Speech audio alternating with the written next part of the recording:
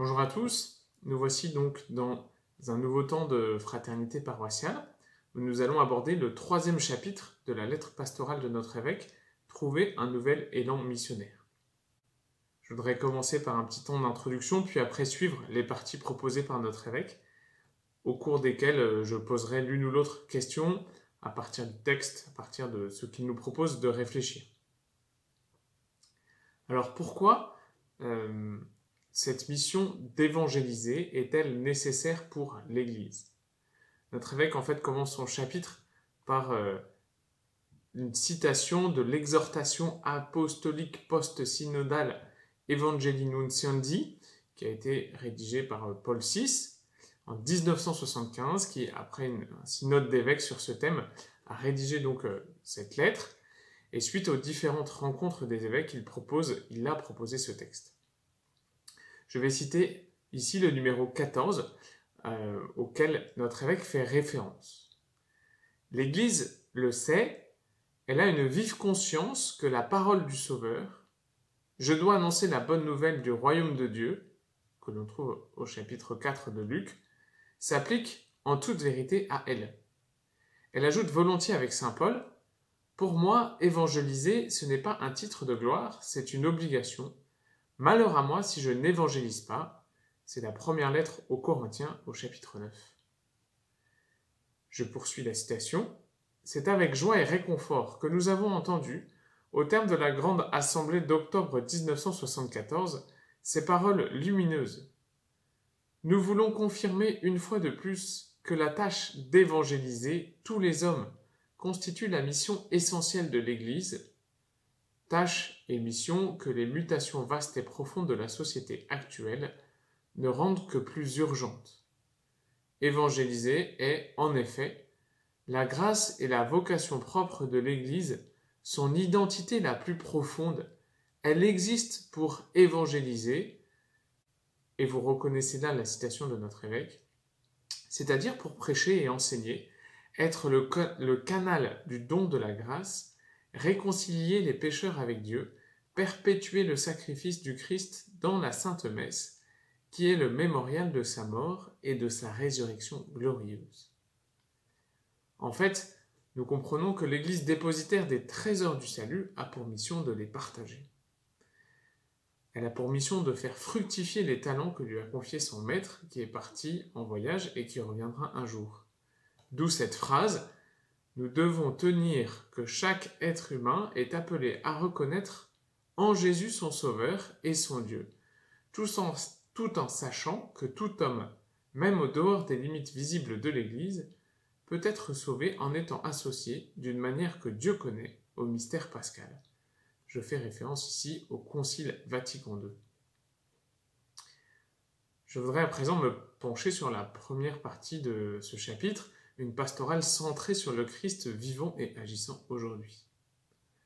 Notre évêque commence par détailler les mots kérygme. Les mots kérygme ou kérygmatique reviennent plusieurs fois dans ce passage. Ils viennent du verbe kérousso en grec qui signifie annoncer.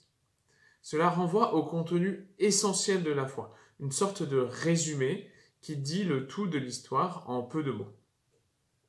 C'est ici que notre évêque cite le pape François. Sur la bouche des catéchistes doit revenir toujours la première annonce. Jésus-Christ t'aime. Il a donné sa vie pour te sauver et maintenant il est vivant à tes côtés chaque jour pour t'éclairer, pour te fortifier, pour te libérer. Et il cite la joie de l'Évangile au numéro 164. Loin d'un contenu théorique lointain, il s'agit pour nous en fait de témoigner d'une relation vivante avec la personne de Jésus et pas simplement avec un système de valeurs du christianisme, pourtant très beau. Soyez toujours prêts, nous dit la lettre de Saint Pierre, la première, à tout moment, à présenter une défense devant quiconque vous demande de rendre raison de l'espérance qui est en vous, mais faites-le avec douceur et respect. Dans ce cadre, l'évêque nous interroge sur notre réflexe à proposer la messe comme souvent seule manière de faire vivre une expérience spirituelle aux personnes qui s'adressent à nous. Pourtant, d'autres manières de vivre une rencontre avec Jésus peuvent être vécues comme l'adoration, un temps de service auprès des personnes plus pauvres, nous allons y revenir dans quelques instants, un temps de lecture de la Bible, un temps de silence, etc., etc. Voici quelques questions que je vous pose à la lumière de cette introduction, de cette première partie de chapitre. En fait, est-ce que je peux partager peut-être un moment où j'ai été confronté à devoir, en peu de mots, rendre compte de ma foi? Dans mon travail, dans ma famille, dans le service que je rends en paroisse, comment puis-je avancer dans cette mission de témoigner en parole et en acte? Comment pourrait-on envisager, avec notre fraternité d'avant par exemple, ou dans notre équipe de service, en famille, pour les personnes qui nous sollicitent, de vivre un temps en commun, soit de prière, soit d'annonce, un peu différent de celui de la messe. Donc, je redonne les exemples de l'adoration, d'un temps de lectio divina, d'un temps d'évangélisation directe. La deuxième partie, et la suivante, c'est la formation de disciples missionnaires. En fait, notre évêque nous interpelle sur justement cette conscience d'avoir un rôle chacun à jouer pour annoncer Jésus, le Christ, sauveur de tous les hommes, à temps et à contre-temps, et en particulier dans nos paroisses. Pour grandir dans cette conscience de cette mission, il nous invite à un temps de relecture régulier, personnellement et dans le groupe dans lequel nous évoluons, sur l'équilibre et l'intégration des différentes dimensions de la vie chrétienne, dit-il, notamment, en fait, comment nous pouvons grandir dans cette conscience d'être fils par la prière, disciple par la formation, frère par le partage, serviteur par le service, et témoin par l'annonce. Pour notre évêque, cette attention permet de sortir, et c'est important pour lui, il nous l'a redit plusieurs fois dans les rencontres de prêtres, de la logique diplômante, voyez. En fait, en particulier pour les sacrements. Souvent, la préparation oriente quasi exclusivement vers la célébration du sacrement elle-même, et peu vers la suite. Ce qui fait que beaucoup de personnes ayant obtenu le diplôme de baptême, première communion, mariage, en fait ne poursuivent pas, ces personnes, leur chemin avec l'Église. Et ça, l'évêque le regrette. D'où son interrogation pour nous dire comment pouvons-nous préparer un peu différemment. Notre évêque aussi aborde en fin de paragraphe les adaptations nécessaires, qui seront nécessaires pour les prochaines années, étant donné la baisse de la pratique, ainsi que la diminution de vocations consacrées, en particulier celle des prêtres. Je le cite, « Les nouvelles initiatives pastorales doivent encourager l'engagement des fidèles au nom de leur baptême, tout en réveillant la conscience que nous ne pouvons pas vivre sans ce que le Seigneur nous donne à travers les prêtres. » Voici les quelques questions que je vous pose du coup. Comment prendre peut-être un peu de temps pour relire personnellement ou son service avec les 5 essentiels? Ou quels soucis portons-nous des vocations? La troisième partie de ce chapitre s'intitule donc la présence aux périphéries. Dans cette partie, Monseigneur de Germer rapproche volontairement 2 dimensions parfois un peu éloignées dans nos paroisses, à savoir le service de la personne pauvre d'un côté et ce qui concerne plutôt les nouvelles formes d'évangélisation de l'autre. En fait, puisant dans l'écriture et aussi également dans l'héritage lyonnais du catholicisme social qui est important, l'évêque rappelle combien l'attention aux pauvres n'est pas facultative et elle doit du coup se traduire par des actes concrets. Dans nos paroisses plutôt huppées, il est bon de se laisser interpeller sur cette dimension et de redécouvrir tout le travail fourni par les différents mouvements et associations au service de la personne pauvre chez nous, et Dieu sait qu'il y a des belles choses qui se font. Or, pour notre évêque, ces activités ne peuvent se mener sans celui qui a inspiré toutes ces figures lyonnaises engagées dans le combat contre la pauvreté. Il fait référence bien sûr au Christ. Je continue la citation de la lettre. Que notre service des plus pauvres s'enracine toujours plus dans une vie profondément théologale, c'est-à-dire ancrée en Dieu. Ce service alors portera du fruit bien au-delà de ce que nous pouvons imaginer et participera pleinement à l'œuvre d'évangélisation de l'Église.